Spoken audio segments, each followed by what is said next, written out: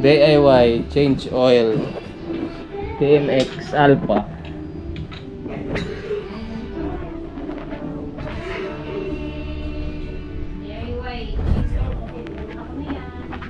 Change oil natin kasi ibebenta na daw, kailangan i-condition. Hindi pa daw yan birthday, nakita ako sa Google.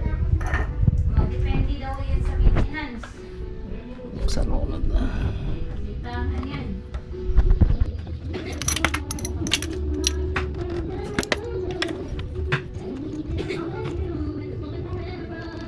Ganda pa ng langis eh. Kaso isang taon nang hindi na change oil. Patuluin muna natin ng maayos. Ayan o. Yan yung bubuksan. Ayan.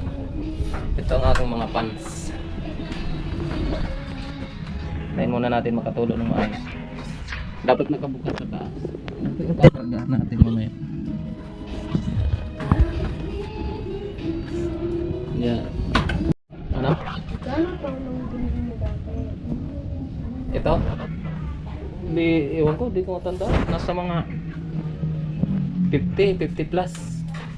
Ganun, 50k. Bakit sabi mo naka-maintenance lang natin? Hindi, pag ibebenta mo na siya ng luma, ganun na lang presyo niya. Ayun, natakpan na natin dito sa ilalim.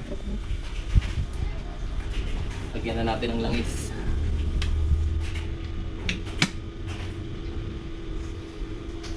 Dito.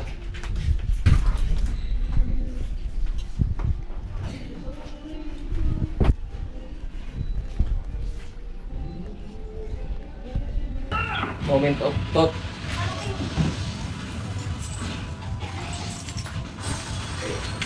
Okay, successful.